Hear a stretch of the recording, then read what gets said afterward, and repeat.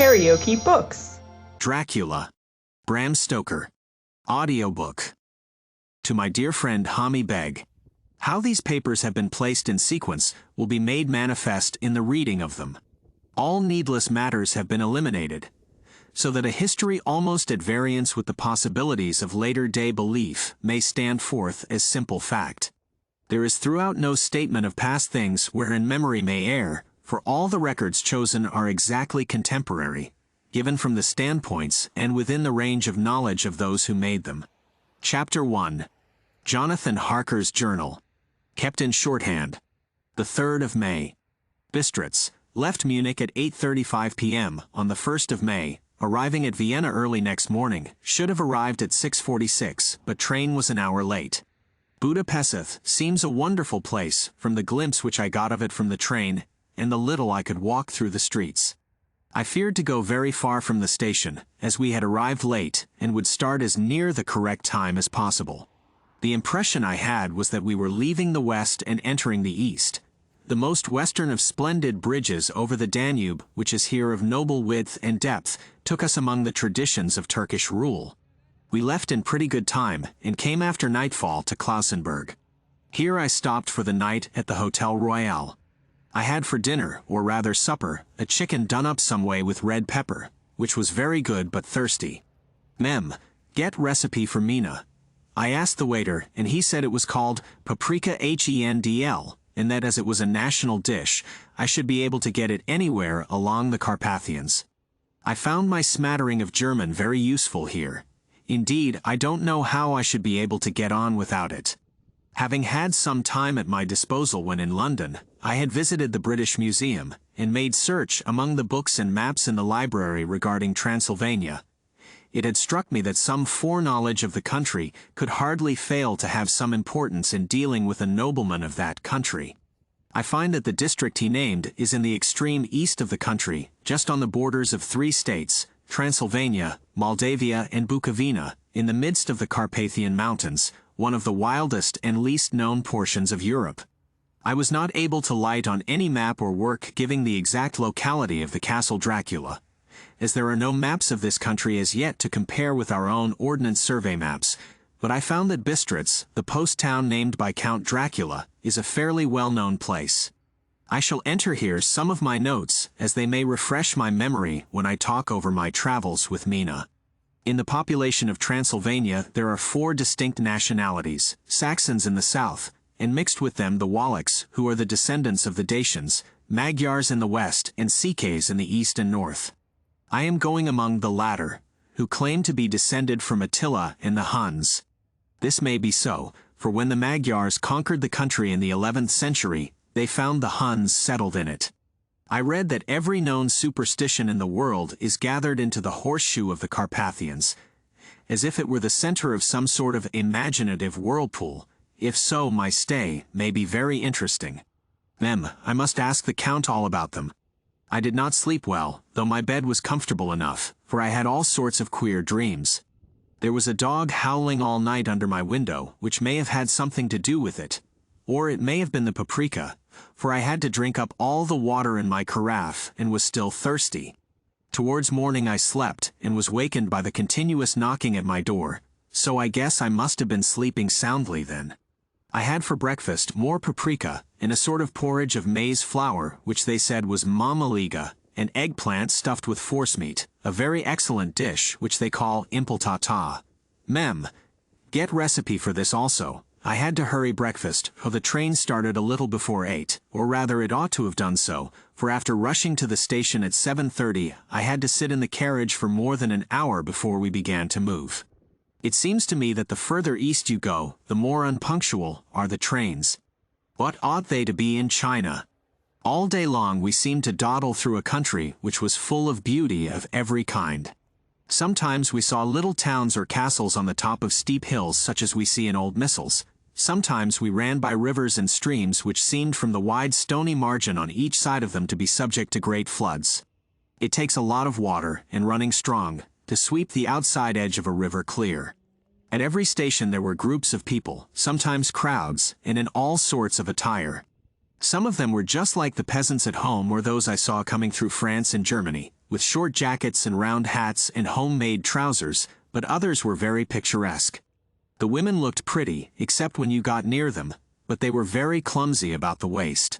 They had all full white sleeves of some kind or other, and most of them had big belts with a lot of strips of something fluttering from them like the dresses in a ballet, but of course there were petticoats under them.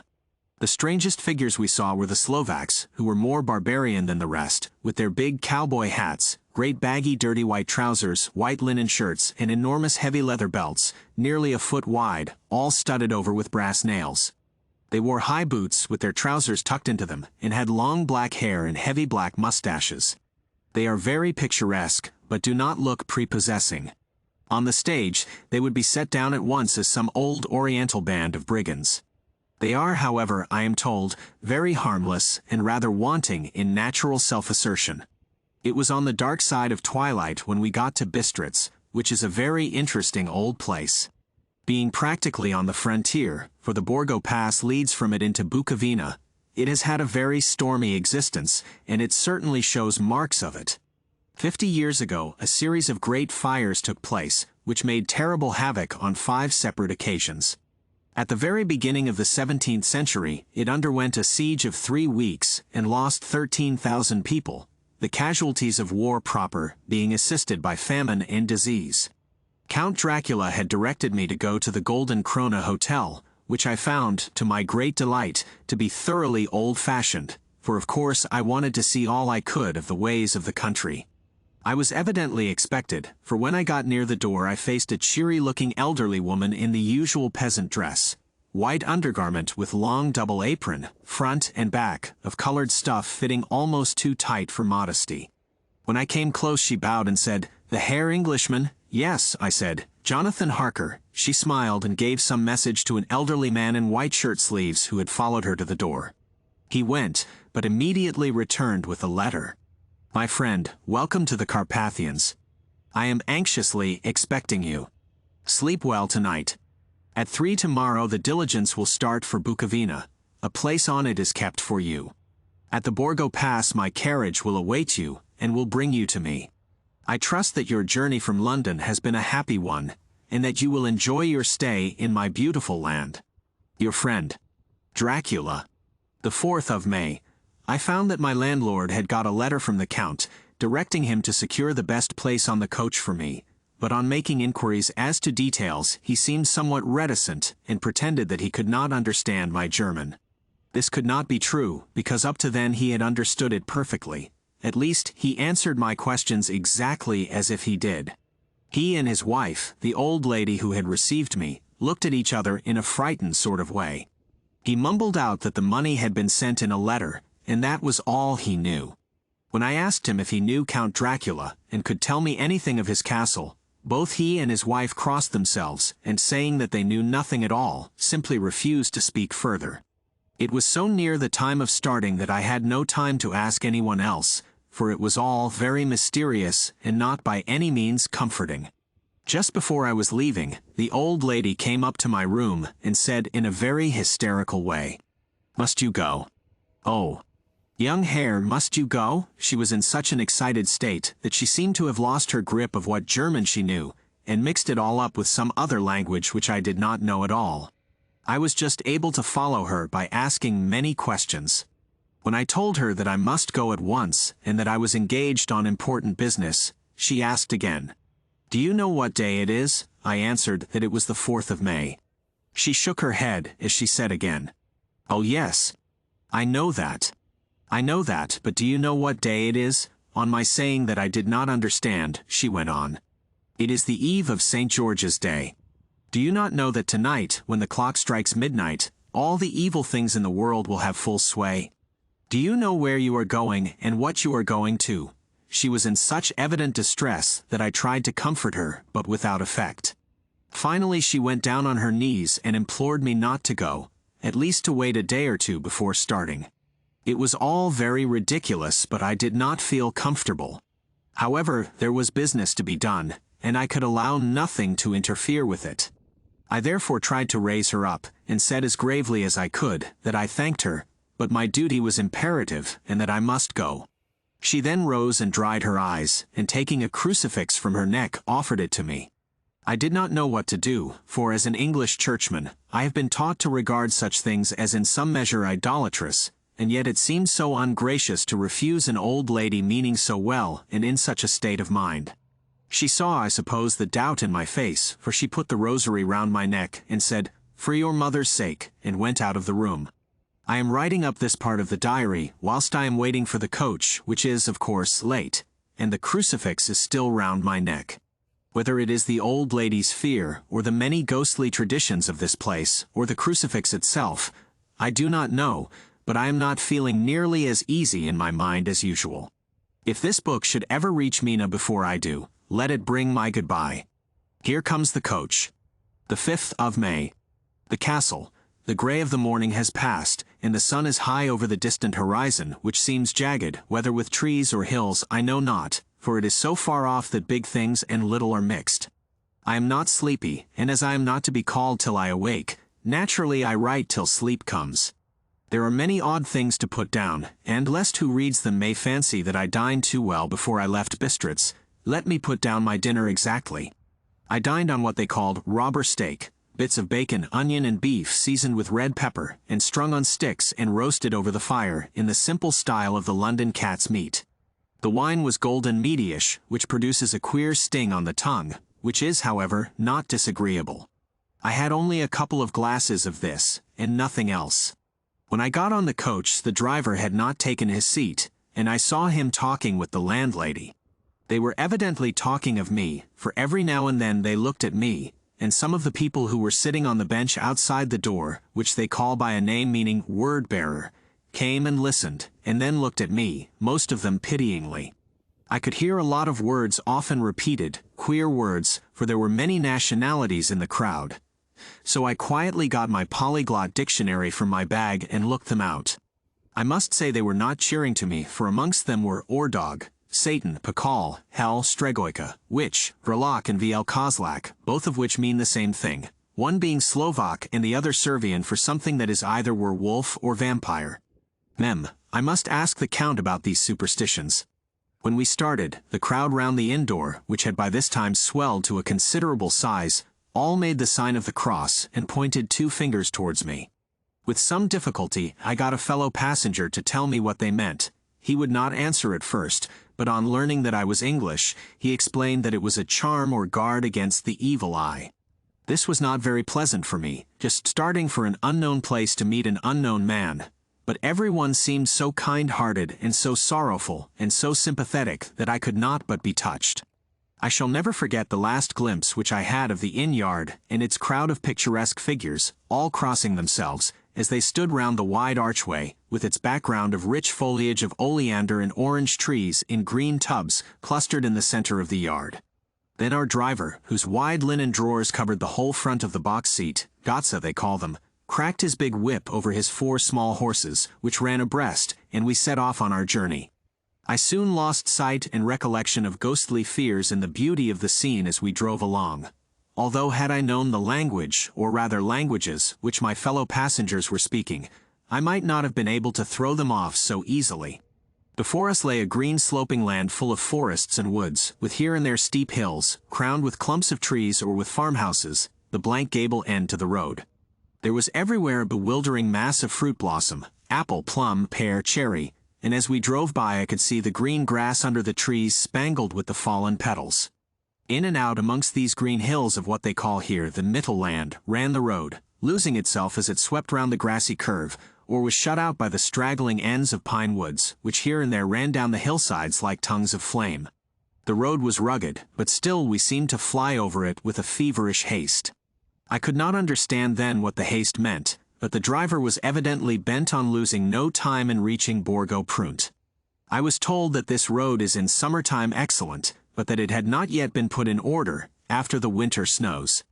In this respect, it is different from the general run of roads in the Carpathians, for it is an old tradition that they are not to be kept in too good order. Of old the Hospatters would not repair them, lest the Turks should think that they were preparing to bring in foreign troops, and so hasten the war, which was always really at loading point. Beyond the green swelling hills of the Mittelland rose mighty slopes of forest, up to the lofty steeps of the Carpathians themselves. Right and left of us they towered, with the afternoon sun falling full upon them and bringing out all the glorious colors of this beautiful range, deep blue and purple in the shadows of the peaks, green and brown where grass and rock mingled, in an endless perspective of jagged rock and pointed crags, till these were themselves lost in the distance, where the snowy peaks rose grandly. Here and there seemed mighty rifts in the mountains, through which, as the sun began to sink, we saw now and again the white gleam of falling water. One of my companions touched my arm as we swept round the base of a hill and opened up the lofty snow-covered peak of a mountain, which seemed, as we wound on our serpentine way, to be right before us. "Look! Istan Shek, God's seat," and he crossed himself reverently. As we wound on our endless way, and the sun sank lower and lower behind us, the shadows of the evening began to creep round us. This was emphasized by the fact that the snowy mountain tops still held the sunset, and seemed to glow out with a delicate, cool pink. Here and there we passed Czechs and Slovaks, all in picturesque attire, but I noticed that goiter was painfully prevalent. By the roadside were many crosses, and as we swept by, my companions all crossed themselves. Here and there was a peasant man or woman kneeling before a shrine, who did not even turn round as we approached, but seemed in the self-surrender of devotion to have neither eyes nor ears for the outer world. There were many things new to me, for instance, hayricks in the trees, and here and there very beautiful masses of weeping birch, their white stems shining like silver through the delicate green of the leaves. Now and again we passed a lighter wagon, the ordinary peasant's cart, with its long snake-like vertebra, calculated to suit the inequalities of the road. On this were sure to be seated quite a group of homecoming peasants, the Czechs with their white, and the Slovaks with their colored sheepskins, the latter carrying lance-fashion their long staves with axe at end. As the evening fell it began to get very cold, and the growing twilight seemed to merge into one dark mistiness the gloom of the trees, oak, beech, and pine, though in the valleys which ran deep between the spurs of the hills, as we ascended through the pass, the dark firs stood out here and there against the background of late-lying snow. Sometimes, as the road was cut through the pine woods that seemed in the darkness to be closing down upon us, great masses of grayness, which here and there bestrewed the trees, produced a peculiarly weird and solemn effect, which carried on the thoughts and grim fancies engendered earlier in the evening, when the falling sunset threw into strange relief the ghost-like clouds which amongst the Carpathians seemed to wind ceaselessly through the valleys. Sometimes the hills were so steep that despite our driver's haste, the horses could only go slowly. I wished to get down and walk up them, as we do at home, but the driver would not hear of it. "No, no," he said, "you must not walk here, the dogs are too fierce," and then he added, with what he evidently meant for grim pleasantry, for he looked round to catch the approving smile of the rest, "and you may have enough of such matters before you go to sleep." The only stop he would make was a moment's pause to light his lamps. When it grew dark there seemed to be some excitement amongst the passengers, and they kept speaking to him, one after the other, as though urging him to further speed. He lashed the horses unmercifully with his long whip, and with wild cries of encouragement urged them on to further exertions. Then through the darkness I could see a sort of patch of gray light ahead of us, as though there were a cleft in the hills. The excitement of the passengers grew greater. The crazy coach rocked on its great leather springs, and swayed like a boat tossed on a stormy sea. I had to hold on. The road grew more level, and we appeared to fly along.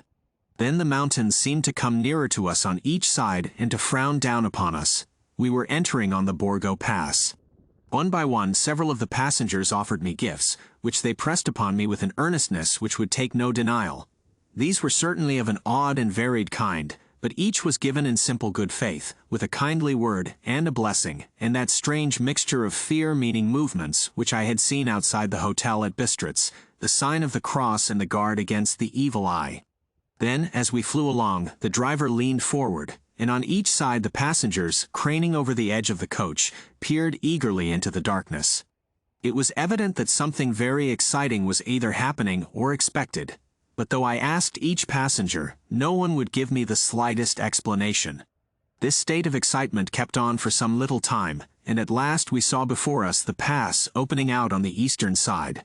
There were dark rolling clouds overhead, and in the air the heavy, oppressive sense of thunder. It seemed as though the mountain range had separated two atmospheres, and that now we had got into the thunderous one. I was now myself looking out for the conveyance which was to take me to the Count. Each moment I expected to see the glare of lamps through the blackness, but all was dark. The only light was the flickering rays of our own lamps, in which the steam from our hard-driven horses rose in a white cloud. We could see now the sandy road lying white before us, but there was on it no sign of a vehicle. The passengers drew back with a sigh of gladness, which seemed to mock my own disappointment. I was already thinking what I had best do when the driver, looking at his watch, said to the others something which I could hardly hear. It was spoken so quietly and in so low a tone, I thought it was an hour less than the time. Then turning to me he said in German worse than my own, "There is no carriage here. The Herr is not expected after all. He will now come on to Bukovina and return tomorrow or the next day, better the next day." Whilst he was speaking, the horses began to neigh and snort and plunge wildly, so that the driver had to hold them up. Then, amongst a chorus of screams from the peasants and a universal crossing of themselves, a caleche with 4 horses drove up behind us, overtook us, and drew up beside the coach. I could see from the flash of our lamps, as the rays fell on them, that the horses were coal-black and splendid animals. They were driven by a tall man, with a long brown beard and a great black hat, which seemed to hide his face from us.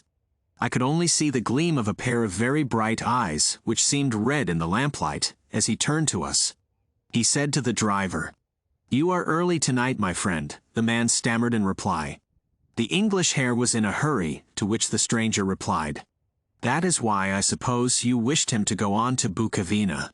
You cannot deceive me, my friend. I know too much, and my horses are swift." As he spoke he smiled, and the lamplight fell on a hard-looking mouth with very red lips and sharp-looking teeth, as white as ivory. One of my companions whispered to another the line from Burger's Lenore, "Den die Toten reiten schnell," for the dead travel fast. The strange driver evidently heard the words, for he looked up with a gleaming smile. The passenger turned his face away, at the same time putting out his 2 fingers and crossing himself. "Give me the Herr's luggage," said the driver, and with exceeding alacrity my bags were handed out and put in the caleche. Then I descended from the side of the coach, as the caleche was close alongside, the driver helping me with a hand which caught my arm in a grip of steel. His strength must have been prodigious. Without a word he shook his reins, the horses turned, and we swept into the darkness of the pass. As I looked back, I saw the steam from the horses of the coach by the light of the lamps, and projected against it the figures of my late companions, crossing themselves. Then the driver cracked his whip and called to his horses, and off they swept on their way to Bukovina. As they sank into the darkness I felt a strange chill, and a lonely feeling came over me, but a cloak was thrown over my shoulders and a rug across my knees, and the driver said in excellent German, "The night is chill, mein Herr, and my master the Count bade me take all care of you. There is a flask of Slivovitz, the plum brandy of the country, underneath the seat if you should require it." I did not take any, but it was a comfort to know it was there all the same. I felt a little strangely, and not a little frightened. I think had there been any alternative I should have taken it, instead of prosecuting that unknown night journey. The carriage went at a hard pace straight along, then we made a complete turn and went along another straight road. It seemed to me that we were simply going over and over the same ground again, and so I took note of some salient point, and found that this was so.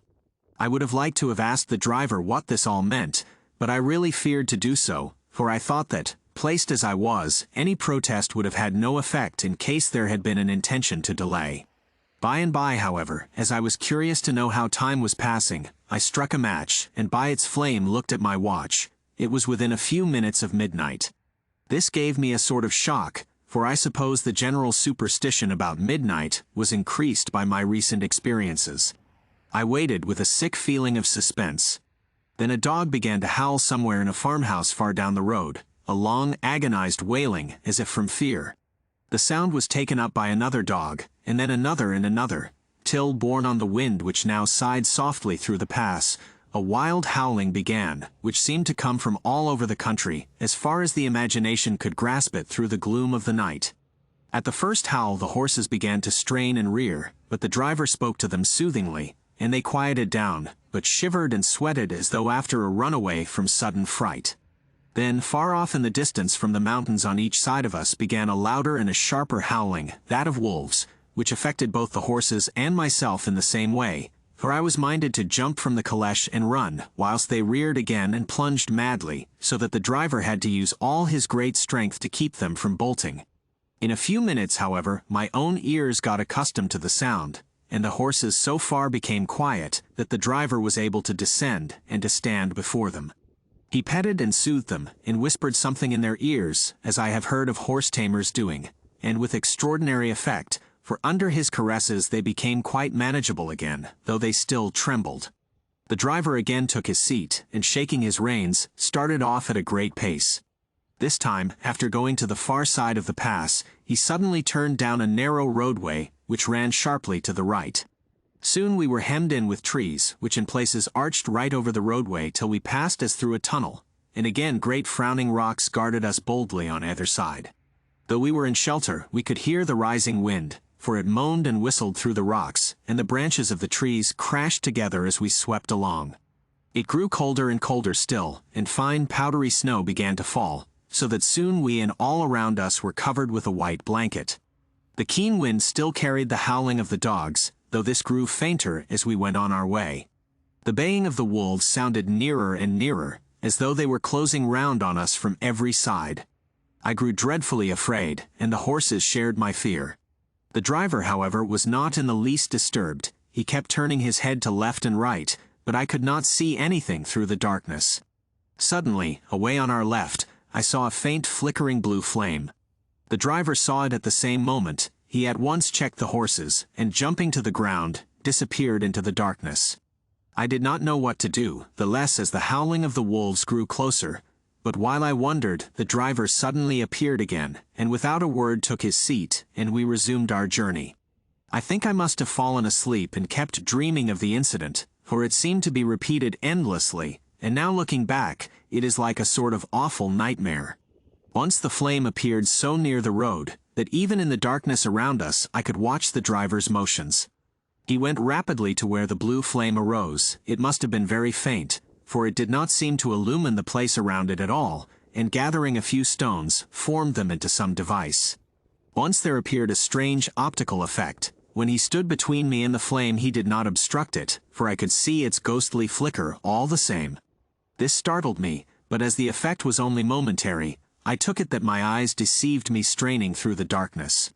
Then for a time there were no blue flames, and we sped onwards through the gloom, with the howling of the wolves around us, as though they were following in a moving circle. At last there came a time when the driver went further afield than he had yet gone, and during his absence, the horses began to tremble worse than ever and to snort and scream with fright. I could not see any cause for it, for the howling of the wolves had ceased altogether. But just then the moon, sailing through the black clouds, appeared behind the jagged crest of a beetling pine-clad rock, and by its light I saw around us a ring of wolves with white teeth and lolling red tongues, with long, sinewy limbs and shaggy hair.